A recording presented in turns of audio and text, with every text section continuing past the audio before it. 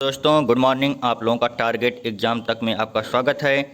दोस्तों आज हम बात करेंगे 31,661 शिक्षक भर्ती के पदों को लेकर आज की कुछ बड़ी अपडेट है। सबसे पहले दोस्तों हम बात करेंगे शिक्षक भर्ती में जारी हो गई जिला आवंटन सूची। अभी तक आपने प्रदेश स्तर की मेरिट देखा होगा, लेकिन अब जब नया सूची जारी होगी वो भी डिस्ट्रिक्ट वाइज मेरिट सूची जारी होगी। सूची में फेरबदल भी होगा। इसके अलावा हम बात करेंगे इस ज़िले में अगर आपकी इतनी है रैंक, इलाहाबाद में अगर आपकी इतनी रैंक है, उन्नाव में आपकी इतनी रैंक है या फैजाबाद में आपकी इतनी रैंक है सीट के हिसाब से, तो आपका सिलेक्शन होना पक्का है। यानी आप अगर इस वीडियो के माध्यम से यह देख सकते हैं कि किस कैटेगरी में अगर जितनी सीटें हैं तो आपका रैंक कितना होना चाहिए, आपका सिलेक्शन कन्फर्म होगा। दोस्तों अगर आपने हमारे चैनल को सब्सक्राइब नहीं किया है तो सब्सक्राइब कर लीजिए, ताकि आप लोगों के पास 31,661 पदों की शिक्षक भर्ती को लेकर लेटेस्ट वीडियो की अपडेट आप लोगों के पास सबसे पहले पहुंचती रहे। दोस्तों जैसा कि आप जान रहे 31,661 शिक्षक भर्ती जब से शासनादेश जारी हुआ तब से लेकर अभ्यर्थियों में इसको लेकर असमंजस की स्थिति बरकरार है। कई अभ्यर्थी इसका विरोध भी कर रहे हैं, क्योंकि नियम सही ढंग से ना होने के कारण अभ्यर्थियों में असमंजस की स्थिति बनी हुई है। जैसा कि आप देख रहे हैं इस समय 45.88 वाला फार्मूला अगर किसी भी हालत में नहीं बैठ रहा, अगर यह लागू हुआ तो भर्ती का भरता ऐसा बने कोई सोच भी नहीं सकता। लगातार अभ्यर्थी सोशल मीडिया के माध्यम से अपनी बातों को रख रहे हैं, क्योंकि जब वो असमंजस की स्थिति, उनको नियम कानून खुद ही नहीं पता हो रहा कि किस हिसाब से भर्ती हो रही। ये 45.88% कहाँ से ला रहे हैं, आखिर भर्ती कैसे हो रही है। लगातार सोशल मीडिया के माध्यम से लगातार अभ्यर्थी इसका विरोध कर रहे हैं। दोस्तों आइए हम बात करते हैं, जैसे यहाँ पे देख रहे हैं भारत समाचार में भी 69,000 सहायक शिक्षक भर्ती का जो मामला है ट्वीट के माध्यम से, इसमें अभ्यर्थी लखनऊ में करेंगे धरना प्रदर्शन। ओबीसी एससी के अभ्यर्थी धरना प्रदर्शन करेंगे, क्योंकि इन्हीं कैटेगरी वाइज लोगों को सबसे ज़्यादा नुकसान हो रहा है। 31,661 पदों को भर्ती का विरोध करेंगे।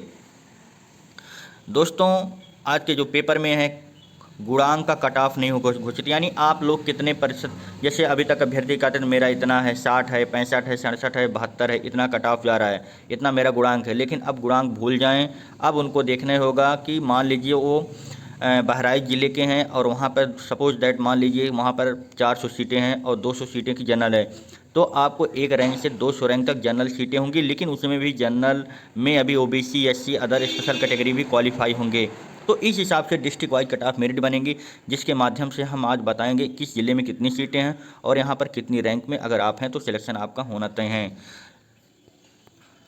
आइए दोस्तों हम बात करते हैं, जैसे मान लीजिए मेरठ डिस्ट्रिक्ट वाइज की, जो पूर्व की 130 सीटें थी, लेकिन 45.88% के हिसाब से अब वहाँ पर 59 सीटें बची हैं। 59 सीटों के हिसाब से अगर बात करें तो जनरल कैटेगरी की 29 सीटें आ रही हैं, ओबीसी की 16 आ रही हैं और एससी की 12 सीटें आ रही हैं। जबकि कल शाम को यह क्लियर हो गया है कि जिला आवंटन सूची बनेगी, यानी हर जिले की अलग अलग मेरिट सूची बनेगी।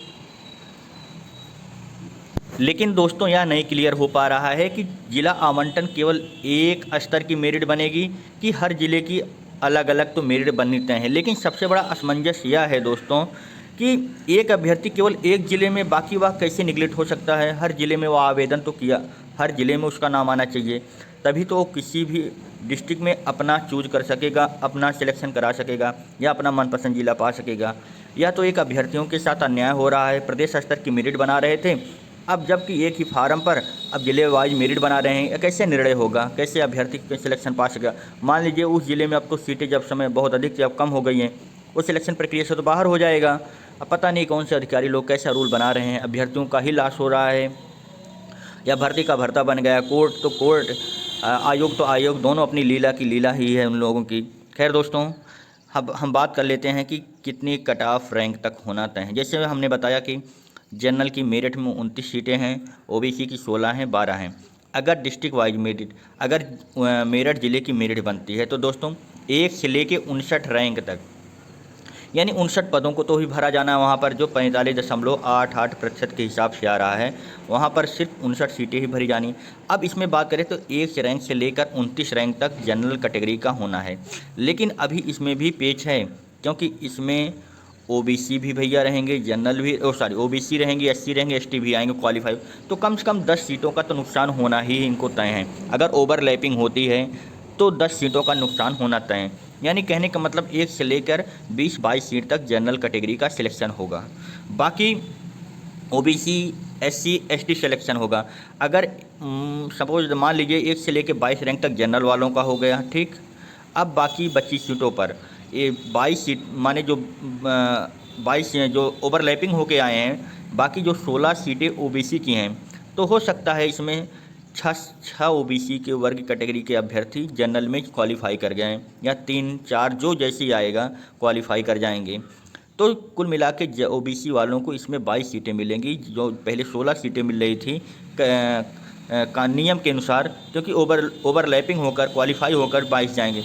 तो इस तरह से देखा जाए 1 से 22 रैंक तक जनरल अभ्यर्थी मेरठ में, और इसके बाद अगर 22 रैंक से लेकर 22 लगभग 32 रैंक तक, यानी इस कैटेगरी में अगर आप 32 आपकी डिस्ट्रिक्ट वाइज मेरिट 32 है 59 पदों के सापेक्ष, तो आपका सिलेक्शन होना तय है। और इसी हिसाब से एससी कैटेगरी की भी जाएगी, यानी 1 से लेकर 59 रैंक तक ही अभ्यर्थी आने हैं, 1 से लेकर 59 पदों पर ही अभ्यर्थी आने हैं।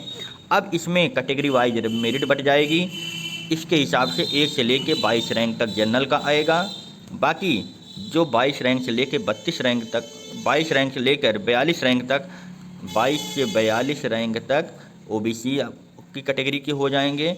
बाकी बचे जो 12 सीटें हैं, 12 में तो कम से कम 3 4 लोग या 4 और लोग जनरल में क्वालिफाई करेंगे। इसका मतलब इन लोगों को 2 या 3 सीटों का फ़ायदा होगा। कुल मिला के 16 सीटों पर एससी भरे जाएंगे।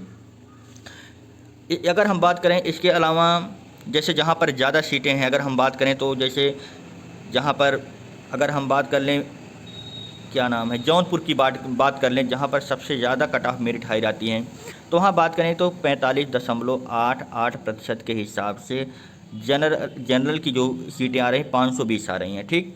और ओबीसी की 281 आ रही हैं, 219 एससी की आ रही हैं। लेकिन अगर इसमें अगर नहीं कन्फर्म है कि डिस्ट्रिक्ट वाइज मेरिट बनेगी, तो 1 रैंक से लेकर 500 लगभग रैंक तक, या 500 से कम, या 480 रैंक या 490 रैंक तक, 1 मिनट फिर से लेकर 1 रैंक से लेकर 4 से 90 रैंक तक, 4 से 90 रैंक तक जनरल कैटेगरी का यहाँ पर होना तय है। यानी 2 4 सीटें, 4 6 सीटें आगे पीछे हो सकती हैं, 10 सीटें आगे पीछे हो सकती हैं, क्योंकि अभी इसी 520 सीटों में 20 से 25 अभ्यर्थी ओबीसी के आएंगे ओवरलैपिंग से, एससी के आएंगे, एसटी आएंगे, अदर स्पेशल कैटेगरी आएंगे, ठीक। यानी 1 से लेकर 4 से 90 रैंक तक उसमें आने वाले अभ्यर्थी जनरल में भी क्वालिफाई करेंगे। मान लीजिए उसमें 1 से 4 से 90 तक, 90 में ओबीसी की भी कैटेगरी के रहेंगे, एससी कैटेगरी के भी रहेंगे, जो ओवरलैपिंग होके आएंगे। इसके अलावा अगर हम बात कर लें इसी पे 281 जो ओबीसी की सीटें हैं, 281 जो आप देख रहे हैं ओबीसी की सीटें हैं, इसमें कम से कम इन लोगों को 20-25 सीटों का फ़ायदा होगा। कुल मिला के अगर हम बात करें 300 सीटें यहाँ पर भरी जाएंगी ओबीसी की। अगर हम रैंक की बात कर लें तो 1 से लेकर जो हम बता रहे थे 490 रैंक तक उनका रहेगा। तो 490 रैंक से लेकर सपोज दैट मान लीजिए इसमें 200 300 जोड़े 790 रैंक तक, 790 रैंक तक, लगभग 800 रैंक तक 10-15 सीटें आगे पीछे आप मान के चलिए। यानी ओबीसी की 1 रैंक से आने वाले 810 रैंक तक इसमें ओबीसी का होना लगभग कन्फर्म है, क्योंकि इसमें जनरल भी हैं और ओबीसी कैटेगरी दोनों भी हैं। वही हिसाब एससी कैटेगरी का भी होगा। दोस्तों, अगर 1 या 2 दिन में डिस्ट्रिक्ट वाइज मेरिट बन जाएगी, सब कुछ क्लियर हो जाएगा। लेकिन एक चीज़ तब तक नहीं क्लियर होगा इस भर्ती में, जब तक हर विद्यार्थी का एक फार्म और भरा है। फार्म तो अभ्यर्थी ने भर चुका है, लेकिन अभ्यर्थी के सभी ज़िलों में आवंटन सूची में उसका नाम होना चाहिए, ताकि वह किसी भी ज़िले में अपना आवेदन या नियुक्ति पत्र पा सके, या जिस जगह इच्छुक है वहाँ पर सिलेक्शन करा सके। क्योंकि मान लीजिए एक ज़िले में उसने करा दिया और वह भर्ती प्रक्रिया से कट ऑफ मेरिट से उसकी मान लीजिए 70 है, सॉरी अब कट ऑफ की बात ही नहीं करनी है, मान लीजिए उसकी वहाँ पर, जैसे मेरठ की मैंने बात किया था, वहाँ पर मेरठ में मान लीजिए 1 से 59 सीटें हैं, ठीक। और मान लीजिए वह 60 सीटें, उसकी कैटेगरी रैंक जनरल रैंक 60 आ रहा है, या ओबीसी रैंक मान लीजिए उसकी जो है 60 आ रही है, ओबीसी रैंक मान लीजिए उसकी 90 आ रही है, क्योंकि उसमें तो वो होगा ना।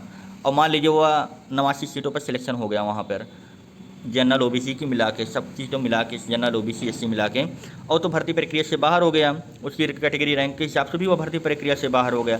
उसको अभ्यर्थी को अन्य ज़िलों में भी मौका मिलना चाहिए, क्योंकि यहाँ सीटें कम हैं।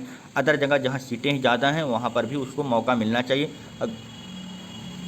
अगर उसने वहाँ पर आवेदन करने का उसको मौका मिलना चाहिए, हर डिस्ट्रिक्ट में मिलना चाहिए। जैसे पहले काउंसलिंग होती थी, जैसे पहले होती थी 6 काउंसलिंग, 5 काउंसलिंग होती थी। अभ्यर्थी हर जगह अपने मनपसंद जिलों पर नियुक्त हो जाता था। किसी को कोई अफसोस नहीं होता था कि हमने यहाँ पर काउंसलिंग नहीं कराया, हमने ये नहीं कराया। लेकिन ऊपर भर्ती का भर्ता बनाने के लिए बैठे हैं लोग, उनको अच्छा लगता है कि अभ्यर्थी कोर्ट जाए, आयोग जाए, बस उनको यही पसंद है। इस भर्ती प्रक्रिया को लड्डू बना के रखा है इन लोगों ने। खैर दोस्तों, अब क्या होता है क्या नहीं देखने वाली बात होगी कि cut off merit, district wise merit कब जारी होगी। लेकिन इतना तो तय है, अगर यह भर्ती प्रक्रिया एक बार फिर कोर्ट के चक्कर में जा निकलते हैं, क्योंकि सुप्रीम कोर्ट में, हाई कोर्ट में सरकार की तरफ से पहले भी कैविएट दाखिल कर दी गई है, और इस पर क्या आगे का निर्णय होता है, कोर्ट भर्ती में क्या सुनवाई होती है क्या नहीं होती है, देखने वाली बात होगी दोस्तों। लेकिन मैंने जो आपको कट ऑफ मेरिट बताई है डिस्ट्रिक्ट वाइज, आगे भी कुछ ज़िलों के और डिस्ट्रिक्ट कट ऑफ मेरिट बताता रहूँगा दोस्तों। अगर आपने हमारे वीडियो को चैनल को सब्सक्राइब नहीं किया है तो सब्सक्राइब कर लीजिए, ताकि आप लोगों के पास लेटेस्ट वीडियो की अपडेट सबसे पहले पहुँचती रहे।